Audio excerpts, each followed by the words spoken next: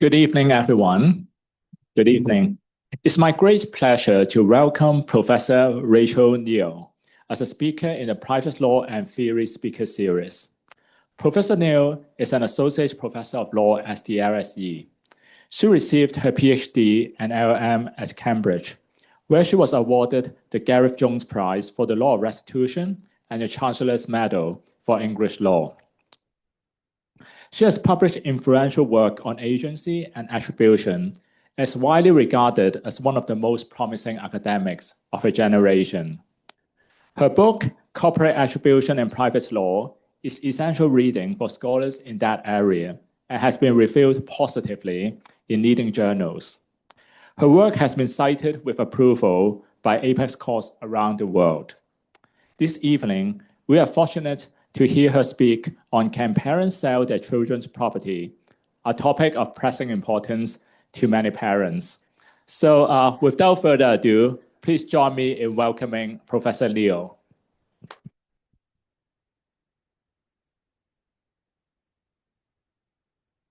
Great. Thanks very much to Peter and to Lucina for inviting me here. Been having a great time in Hong Kong. The last time I was here was over 10 years ago for the Obligations Conference. So this is the topic of my talk today. Very simple question. Can parents sell their children's property? Out of curiosity, how many people are parents here? Okay, actually not that many. Okay. So let's start with a simple scenario. So Christmas arrives, you've got a 9-year-old child, and they receive all these gifts. So on one hand, you've got the PlayStation 5, you've got books and toys. But you think your child already has loads of books, his room is overflowing with books and toys, and he definitely doesn't need a PlayStation because he's going to spend all his time playing games on the PlayStation and not doing any homework. So what can you do in this situation as the parent? Can you sell your children's property? The books, the toys, the PlayStation? And if you go on websites like eBay or in the UK, Vinted, in Singapore, Carousel, you will see a very large number of toys, games, clothes, all kinds of things being sold by, I assume, usually parents. And the problem then seems to be, well, if we're looking at this as property lawyers, the kind of starting port of call is the Nemo maxim, right? Nemo quod non habet, aka you can't give what you don't have, right? You can't give what you don't have. And if the property is the child's, then that seems to suggest that it's not the parents', right? Since the parent themselves does not hold the relevant property rights, how then are they able to exercise any powers over that property? And so that seems to suggest that the answer to the question is no. And I, in fact, asked lots of different judges at random occasions what they thought the answer was, and they always said no. But the aim of my talk and the article that this talk is based on is to say that the answer should be, and plausibly already is, yes. So before I get into it proper, a couple of caveats. First caveat is that, given that I'm not giving this paper in the UK, this paper is primarily based on English law, right? Though I think quite a lot of what I say does have relevance for other common law jurisdictions, particularly in relation to personal property, especially chattels. So in land, it tends to get a bit trickier because there are often different statutory provisions in different jurisdictions which will deal with the issue slightly differently. But nonetheless, what I say, I think, has quite a lot of relevance for most jurisdictions based on the common law. The second caveat is that we assume, for purposes of this talk, that the child holds the relevant property rights. So in analyzing any particular situation, we've got to first work out whether the situation is one where, in fact, the child is owning the relevant property.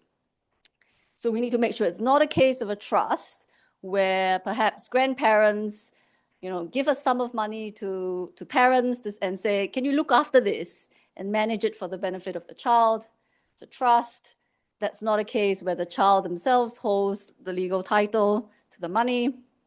And we might also want to distinguish cases of bailments. So there might be situations where, say, parents, in fact, hold the superior property right, however you characterize that, and they allow the child to use it for some limited purposes. So you could have parents who buy clothes for the child and you let the child use it, but that would just be a bailment. And in theory, the parent could demand the clothing back. Okay, so we're going to assume that the child holds the relevant property rights. And so the structure of today's talk is going to follow these 8 points. We're going to start first by talking a little bit about the idea of children's capacity. Then we're going to talk about what a parent is. Then we look at 3 possible approaches to the question. I outline a couple of different views on parental powers, and then look at the relevant case law. Finally, justifications, and then constraints on sale. So if we start with the idea of children's capacity, you might say, well, can children, in fact, hold any property rights at all? Right? And this is a question I have received before. Can they hold any property rights in the first place? Because if they can't, then there's no point answering this question. And for this, we need to look a little bit at what the idea of a child's capacity is in private law. Problem is, it's not very easy to say what it is. So some aspects are better known than others. So in relation to contractual capacity, it's well known that children have essentially limited contractual capacity. Exactly how it's limited depends on some factors, such as the child's age. If they are like babies, as in literal infants, then it's probably the case that they just have no capacity to enter any contracts at all. If the child is somewhat older, then there are a range of different answers given by the law. For example, we have a separate rule for contracts of necessaries, and then we've got other rules depending on what the subject matter of the contract is. But that does seem to suggest that minors have some contractual capacity. Where it gets even more complicated is with their capacity to acquire and hold and transfer relevant property rights. So it does seem that they can acquire and hold property rights. So you can make gifts to children. Children can buy certain basic items from shops, such as food and drink, and they may be able to find property. And my favorite case here is Armory in Delamere. So this is the one with the chimney sweeps boy who discovers jewels up the chimney sweep, and then he takes the jewel to a jeweler to be weighed. Jeweler then refuses to give it back, and the court says, you've committed trover, right, conversion. So that seems to assume or suggest that the boy, did have property rights in the jewel. However, there is more doubt about the child's capacity to dispose of property rights. So here again, it's a bit unclear what exactly is going on, but there's at least some quite decent authority and academic support for the view that the contracts entered into by children to dispose of property rights might be voidable. And if so, you can see why purchasers might want to avoid problems caused by minors' capacity by dealing with the child's parents rather than by dealing with the child directly.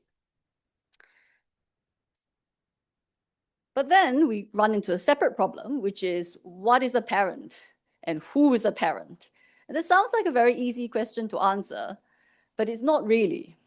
So as you can see from the slide, the laws come up with a bunch of somewhat complicated rules about what a legal parent is. So legal mother is the woman who gave birth to a child, even if they aren't genetically related to the child. But one can be a legal father through a couple of ways.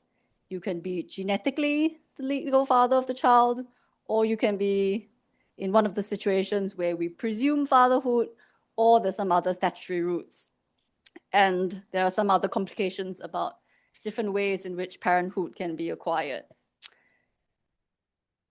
But the important point is to say first that what we thought of historically as parental rights and duties were all these rights, powers, authorities, and duties that legal parents had.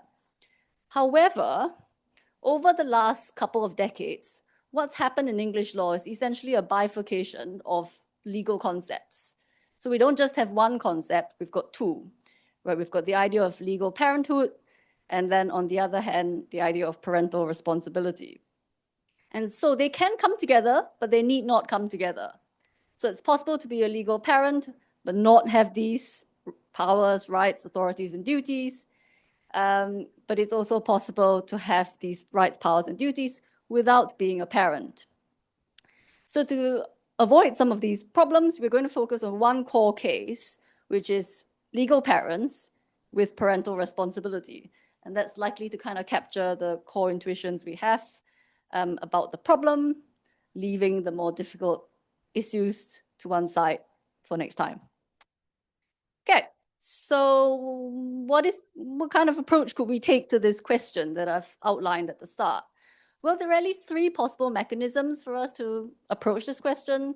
We might first say, well, maybe this is a question of agency. Or maybe we could say we could deal with this problem through trust. Or a third way of addressing it is to say we could deal with this problem by looking at the special powers that perhaps are unique to parents. And the third one is what we would today put under the idea of parental responsibility. So agency is the first one, and it's possible for minors to give authority to someone else, to the other person to act as their agent.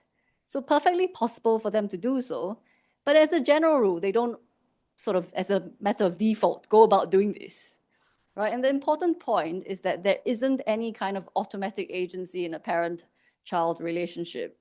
And this is actually a really nice and very helpful quote by Lord Justice McGaw. He says, is there an implication of law that a parent, merely because he's a parent, is a person by whose statements the infant child of such parent is bound? No, I find no such suggestion, either directly or by analogy, that there's any such principle in English law. And in fact, I think it's contrary to the whole tenor of English law. Right, so this seems to suggest that there's no automatic sort of principle by which parents are automatically the agents of their child. Then another question you might say is, well, maybe it's not a kind of consensual agency or automatic agency, but maybe we might have a kind of agency of necessity. And I've got quite a lot of reasons why I think this doesn't work, but I'm just going to outline three of the more important ones on this slide. And the first is that the requirements of the agency of necessity are quite strict, right? So it's only really going to deal with situations where, you know, for example, the goods you want to sell are literally perishing and so on. There are also some other rules, but it must not be possible to communicate the principle. So it doesn't seem to me that this is often going to be met in most cases where parents want to sell their children's property. Elsewhere in the law, when we look at necessity, it seems to allow essentially intervention by anyone on behalf of the person who is in the need of the necessitous intervention, right? So it doesn't seem to matter who takes the action. It just seems to matter that someone takes the action. But if we think about that in the selling of the children's property kind of context, that doesn't sound quite right. So that's another reason for thinking agency of necessity isn't the answer. And the third point is essentially the maxim of agency, a qui facit per alium, facit per se, which basically means he who acts, acts himself, right? So just because the child is acting through an agent is not a way for him to expand his own limited capacity, right? The agent can only do what the principal themselves could have done. So if he was able to do only, you know, enter only voidable contracts, then that's exactly what the agent could do for him as well. So that's another reason which seems to suggest agency is not the answer. And I think I didn't even put a slide for, trust, because essentially we've sort of avoided trust entirely by the way that we've asked the question in the first place.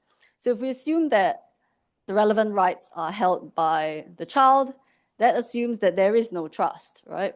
Parents are not holding the property on trust for the child. And then we can go to the third one, which is that perhaps parents have special powers by virtue of being parents. And then we let's take a bit of a closer look at Section 3 of the Children Act, which outlines the idea of parental responsibility. Section 3 is in 3 parts, right? Subsection 1 says it means all the rights, duties, powers, responsibilities, and authority which by law a parent of a child has in relation to the child and his property. Next subsection says also includes those rights, powers, and duties which a guardian of the child's estate would have had. And subsection 3 says this includes in particular one specific subset of rights. And a couple of things to note here, but the one that kind of really stands out is that if you're looking for like a super helpful guide of what exactly is comprised in parental responsibility, this statute doesn't really seem to give it to you, right? There's no list of what is inside it. It just tells you it's whatever a parent had or whatever a guardian of a child's estate had. And so that means to work out what the content is, you basically need to look at the case law and the learned treatises. And everyone's pretty much in agreement about that. Problem is the case law is not very useful because it's largely not about property. If you want to know stuff about immunizing your children or whatever, yeah, there's a lot of that, but it's not super useful for property. And what do people say about special parental powers? As you can see from this slide, there's a whole bunch of different views. Some people, mostly family lawyers, think parents have special powers, but they don't really give any authority for it. Mostly private lawyers think they don't, but again, they don't say all that much about it. And then there's an intermediate view which says that parents have powers to sell personal, but not real property. So we've got 3 essentially inconsistent views, right? Yes, no, halfway. So not all of them can be correct, and we need to have a look at the position afresh. So it's helpful to kind of divide up the law between the law before 1989, which is when the Children Act came in, and then the law after that. So what about the situation before 1989? As it turns out, this is quite a difficult area to look at, and that's largely due to a fairly complicated set of historical understandings about guardianship and the fact that there are very few modern cases. So what Pollock and Maitland said was that no part of our law is more disjointed and incomplete than that which deals with the guardianship of infants. And that's because there was not one single concept of guardianship at common law, but about 13, roughly. Lots of them were heavily rooted in the medieval system of feudal land tenure, each of which gave rise to their own kind of guardianship. So if you held land on a military tenure, so you had to perform military services for the feudal lord, kind of guardianship was one that gave the feudal lord quite a lot of abilities, right? They could take profits from the land, they didn't have to, act in a fiduciary way, they could arrange the ward's marriage, etc., etc. However, this was very different if you had held land on a socage tenure, in which case it was quite fiduciary. So each of these kinds of guardianship basically had their own features about who could be a guardian, what could the guardian do, etc. And if we start first with parents, we'll see that parents were also kind of made to fit this mold of guardianship. But it wasn't a kind of land tenure kind of guardianship. It was what was known at that point as guardianship by nature, right? So fathers were seen as a kind of guardian of their children. Mothers weren't until much more recently. And the kind of sentiment is encapsulated by McCreight, which says the father is merely guardian of the person and guardian by nature, but in neither capacity has he any power over the property of the infant. So it seems to suggest he can control, say, the movements, the physical whereabouts of the child, but not what the child's property, or what could not do anything in relation to the child's property. However, if a parent was another kind of guardian as well, such as a guardian in socage, he might in fact have wider powers in that capacity, in that separate kind of non-parental guardianship. And so McCreight, again, one of the very few cases on this point, considers this commentary by Sackeld, who says, of the guardian that he should sell all movables in a reasonable time and turn them into land or money. And then McCride says, well, if this sounds right, then the guardian should be selling personal property, should be selling all these movable chattels, because it makes no sense for them to sit around until the minor is 21. And so this seems to suggest that guardians do have powers to sell personal estate. But in other cases, it's made clear that it doesn't seem like that kind of non-parental guardianship conferred any powers to sell real estate. So here's Field and Moore, and he says, last line, it's well settled by the authorities that parents or guardians have no power to bind the real estates of their infant wards by settlement made upon their marriages. Those were the facts of this particular case. So that was the position sort of until about the 1970s, and then you could kind of start seeing courts sort of changing their mind a little bit. The problem was that none of these cases were remotely about property, right? These are all extremely dicta. So Hewer and Bryant was a case about limitation. Gillick was a case about whether children could consent to contraceptive treatment, even though they were under 16. But in these cases, we start seeing courts start talking about guardianship as involving administration of the child's property. What then of the law after 1989?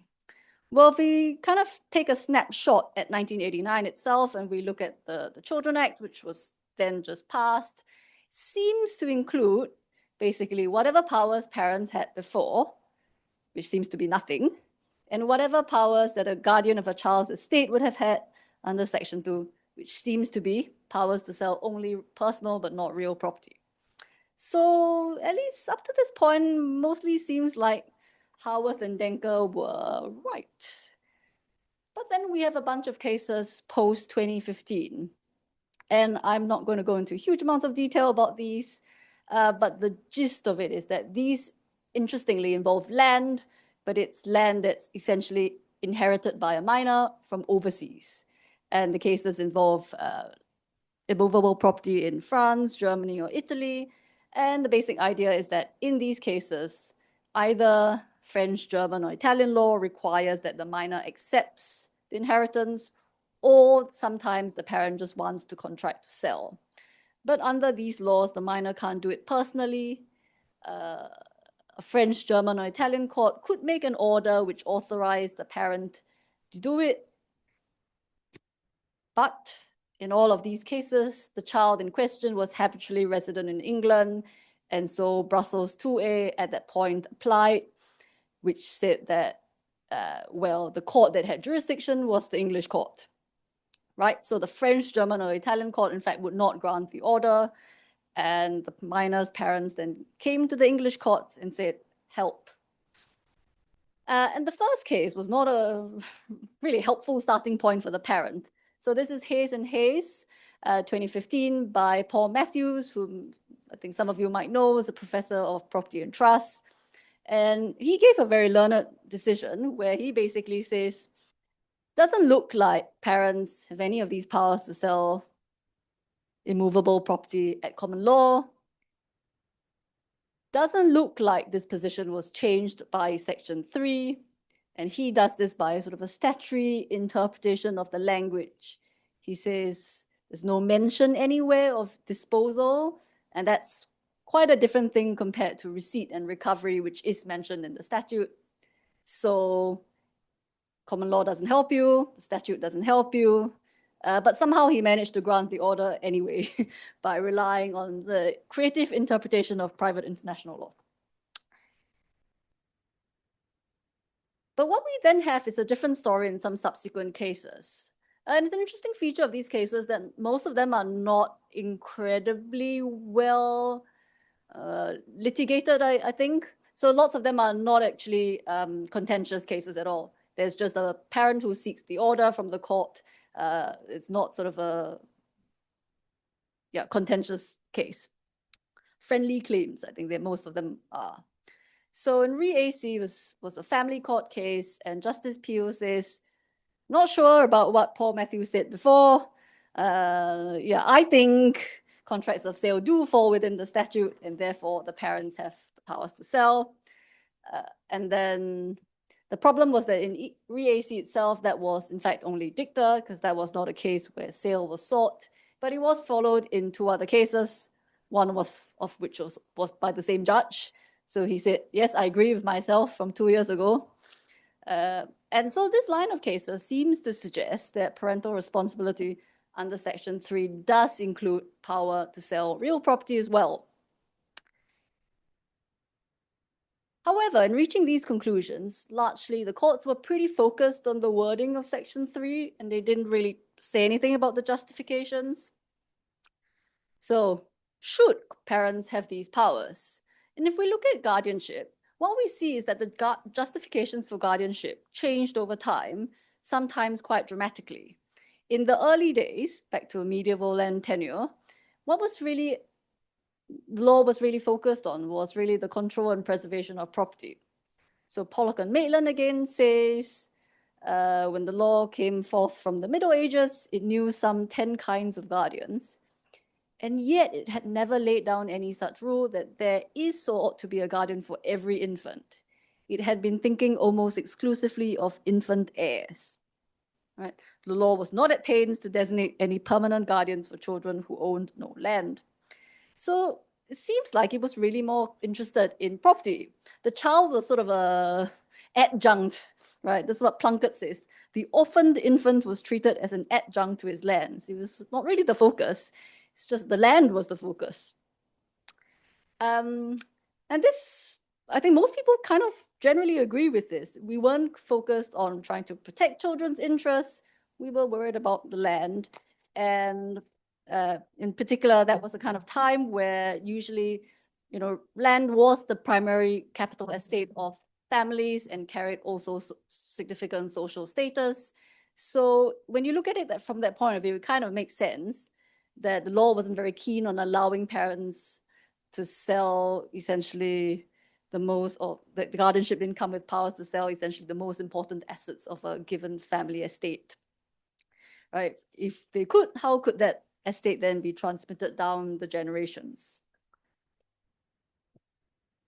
And then later on, when we start looking at parental guardianship, we see a kind of different justification again. There, it seems to be that the law was concerned about maintaining the father's authority over the children's upbringing, and there are some quite interesting and very drastic cases which illustrate how strong the father's rights were.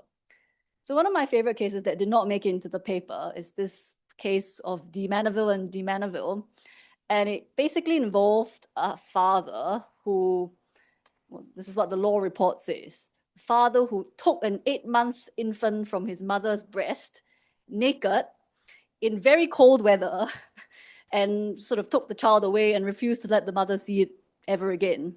Mother sued, and the court said, too bad, father's rights. So that was the kind of thinking going on when we look at parental guardianship. And so that went on for quite a long time until we come to, something like Hewer and Bryant, where the court says some of these old cases, re-Arga Ellis, I can explain if necessary, they kind of reflect the attitude of Victorian parents towards their children. We demand unquestioning obedience. We'll cut them off if they, do things we don't like. And then he says, I decline to accept the view so much out of date. The kind of modern justification that we usually see for parental powers is something like the parent's duties. So the idea is that parental powers exist to enable the parent to discharge their duties towards the child, maintenance, protection, and education, to further their interests / welfare. So the powers then enable the parent to better discharge their duties towards the child. And another reason probably in favor of parents having such powers is that in fact parents largely already partake in this practice, right? They are already commonly selling their children's property. If they had no powers to do so, all of them are converters on a massive scale, right? They're all committing loads of legal wrongs. And at least where the parents are doing this sort of in good faith, for good reasons, that doesn't seem quite correct to me. So I think the better view is that parents should and plausibly already do have these powers, but the important part is that such powers can't be unconstrained. So there have to be some limits, and we can look at various aspects of different limits. So what about court approval, the welfare principle, fiduciary law, and maybe we need something special for high-value transactions. So the first question is whether parents should always have to obtain court approval if they want to sell their children's property. And for pragmatic reasons, this sounds like not a great idea, because if you have to go to court to, get permission to sell, I don't know, like a stuffed toy, really old, really grotty stuffed toy, I think the court's time is probably better spent on other things. So it's going to be costly and time-consuming for parents to do this. It's going to be costly and time-consuming for the court to deal with these fairly trivial issues. There's also a more substantive reason, I think, why the answer here probably is no in general.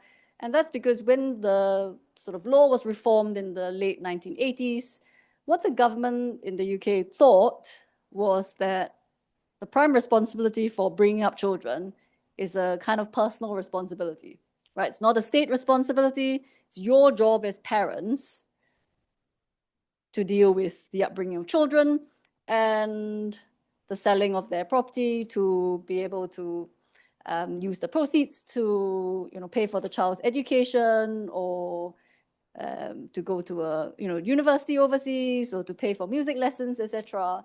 Those all seem in the same vein. Next possible constraint is, well, if the dispute comes to court at all, right, then what the court has to do is to consider the welfare of the child as the court's paramount consideration. So that's the welfare principle, Section 1 of the Children Act.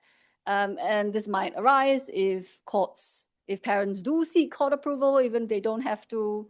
It's also possible for the dispute to come to court if other people with parental responsibility say, no, I don't want this parent to be able to sell.